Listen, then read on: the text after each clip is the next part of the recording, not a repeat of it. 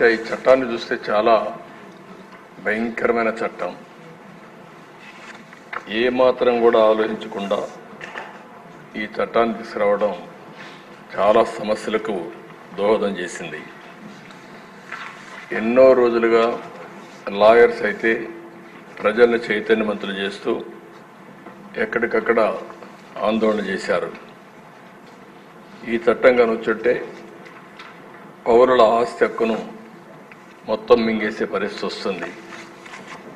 ఇప్పటికే అధ్యక్ష, రాష్ట్రంలో ఎప్పుడూ లేనంత ఈ భూ వివాదాలు పెరిగిపోయినాయి. చాలా దిక్కలు ఇప్పుడు నా నియోజకవర్గం కుప్పం నియోజకవర్గంలో చూస్తే ఎప్పుడూ నాకు ఒక్క కంప్లైంట్ కూడా రాలేదు.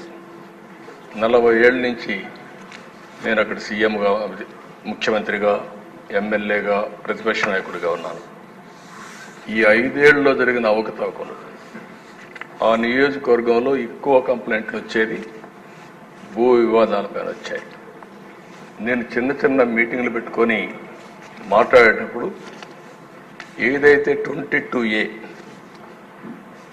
ఎవరైనా భూమి ఉంటే దాని పక్కన 22A అని వేసేస్తే అది ప్రభుత్వ భూమి అయిపోతుంది. అక్కడి నుంచి ఎవరైతే సెటిల్మెంట్ చేసుకోవాలనుకుంటారో వీళ్ళందరూ రావడం, నెగోషియేషన్స్ మొదలు పెడతారు. లేకపోతే ఇది గవర్నమెంట్ భూమి అవుతుంది. మనం కానీ ఒప్పుకుంటే, వాళ్ళు ఒప్పుకుంటే దాన్ని ఆటోమేటిక్గా మళ్ళీ ప్రైవేట్ భూమి కింద 22A తీసేసి మళ్ళా ప్రైవేట్ భూమి కింద సెటిల్మెంట్ చేసుకునే పరిస్థితికి వచ్చారు. అధ్యక్ష, టెక్నాలజీ కూడా చాలా ప్రమాదం. నేరస్తుల దగ్గర టెక్నాలజీ ఉంటే మొత్తం మార్చేయడం, రికార్డులు మార్చడం చాలా ఈజీగా అయిపోయే పరిస్థితి వస్తుంది. ఇప్పుడు దానికి తోడు మీరు చూస్తే అధ్యక్ష, ఇటీవల కాలంలో ఇవన్నీ కూడా సెంటిమెంట్స్ ఉంటాయి. భూమి అనేది తరతరాలుగా వారసత్వ ప్రకారం వస్తుంది. మా తాత, మా ముత్తాత ఇచ్చిన భూములు ఇప్పుడు కూడా మాకు వస్తూ ఉంటాయి ఆ కుటుంబానికి. అలాంటి భూమిలో పట్టాదారు పాస్ పుస్తకాలు ఇవ్వడం ఆనవాయితీగా పెట్టుకుంటాం. రాజముద్రేస్తాం, అంటే ప్రభుత్వ ముద్రేసిస్తాం. అలాంటిది ముఖ్యమంత్రి ఫోటో వేసుకొని పట్టాదారు పాస్ పుస్తకాలు ఇవ్వడం అంటే సెంటిమెంట్స్తో ఆడుకోవడం. ఇది ఎక్కడ చూడలేదు అధ్యక్ష, ఎవ్వరూ చేయలేదు ఇంతవరకు కూడా. అలాంటివి చేశారు.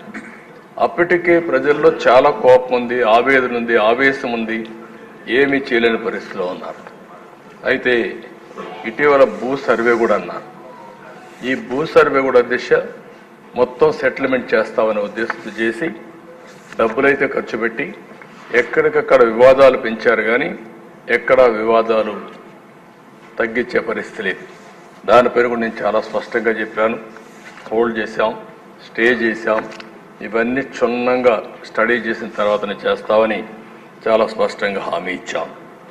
అధ్యక్ష, ఈ చట్టం వల్ల పౌరుల ఆస్తి మొత్తం లాగేసే పరిస్థితి వస్తుంది. అంటే ఇంకా రాను ఇందులో మీరు చూస్తే అధ్యక్ష, వెరీ ఇంట్రెస్టింగ్. నేను అన్ని మీటింగుల్లో మాట్లాడాను. కనీసం ఒక్క మాట మేము ఇది చెయ్యము, ఇది ఉద్దేశం లేదని ఒక్క మాట చెప్పలేదు. అంటే ఇందులో చూస్తే భూ వివాదంలో 533 సివిల్ కోర్టు అధికారాల్ని సెక్షన్ 338 నిషేధిస్తుంది. అంటే ఇంక అధికారం లేదు. ఎక్కడికి పోవాలి? నేరుగా హైకోర్టుకి వెళ్ళాలి. ఎంతమంది హైకోర్టుకి వెళ్ళగలుగుతారు? అంటే ఇక్కడ ఏ విధంగా పెట్టారో మనకు దీన్ని బట్టి అర్థమవుతుంది. ఇంకొక పక్క ఏ వ్యక్తినైనా ల్యాండ్ టైటిలింగ్ ఆఫీసర్గా నియమించుకోవచ్చు 5(1).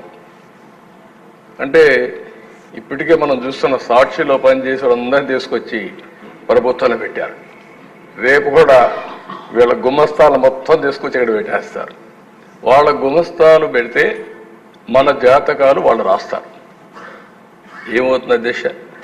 అదే రికార్డు మీరు ఒకసారి చూస్తే ఎవరైనా సరే ఈ భూమి నాదని ఒక పిటిషన్ పెడితే ల్యాండ్ ట్రిబ్యునల్కి వెళ్ళిపోతుంది. ఇంక ట్రిబ్యునల్కి వెళ్ళిపోతుంది, ఆర్బిట్రేషన్. అంటే ఇంకా మన చేతుల్లో లేదు ఇది. అంటే మీరు వివాదాలు పరిష్కారం చేయవలసిన ప్రభుత్వం ప్రైవేట్ ఆస్తులను లాగేయడానికి ఎత్తుగడలేసే పరిస్థితికి వచ్చారు. ఇవన్నీ కూడా దిశ ఒకటి రెండు కాదు. ఇందులో మనం చూస్తా ఉంటే భారత వారసత్వ చట్టం రాజ్యాంగంలోని ఆర్టికల్ 21, 246, 300కు విరుద్ధంగా ఉంది. ఇంకో పక్క ఈ సెక్షన్లో ఉండేటువంటి ఈ చట్టంలో ఉండే సెక్షన్లు 10, 13, 14, 15, 25, 34, 36, 46 రాజ్యాంగ విరుద్ధంగా ఉన్నాయి. ఇవే కాకుండా ఈ చట్టాన్ని అమల్లోకి తెస్తూ జారీ చేసిన జీవో నెంబర్ 512 రహస్యంగా దాచిపెట్టారు. మనం అడిగితే దానికి సమాధానం కూడా చెప్పలేని పరిస్థితి వచ్చారు. ఇలాంటివన్నీ చూసిన తర్వాత దిశ చాలా ప్రమాదకరమైన చట్టం. నేను మిత్రులు పవన్ కళ్యాణ్ గారు కూడా కొన్ని మీటింగుల మీద చాలా స్పష్టంగా హామీ ఇచ్చాం. మేము వచ్చిన వెంటనే ఈ చట్టాన్ని రద్దు చేస్తామని చెప్పాం. ప్రజలు నమ్మారు. ఎంత భయంకరంగా అంటే దిశ ఒక అభద్రతా భావనకు లోనయ్యారు. మళ్ళీ దుర్మార్గమైన ప్రభుత్వం వస్తే మా ఆస్తులకు మాకు రక్షణ ఉండదు అనే పరిస్థితికి వచ్చారు. అధ్యక్ష కొంతమంది ఇక్కడి నుంచి అమెరికాకి వెళ్ళారు, వాళ్ళకు భూములు ఉన్నాయి, వేరే దేశాలకు వెళ్ళారు, వేరే రాష్ట్రాలకు వెళ్ళారు. వాళ్ళు కానీ ఒక్కొక్కసారి రికార్డులు చెక్ చేసుకోకపోతే రికార్డులు మారిస్తే తర్వాత ఆ భూమి ఆటోమేటిక్గా డీమ్డ్ క్లాసిఫైడ్ చేసేసారు. నోటీసులు కూడా ఇవ్వరు.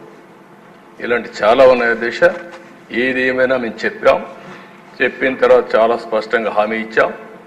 హామీ ప్రకారం మొదటి సంతకం ఏదైతే నేను చెప్పానో డిఎస్ఏ అని మొదటి 5 సంతకాల్లో ఈ ల్యాండ్ టైటిలింగ్ యాక్ట్ కూడా పెట్టి రద్దుకు ప్రతిపాదన పెట్టాం.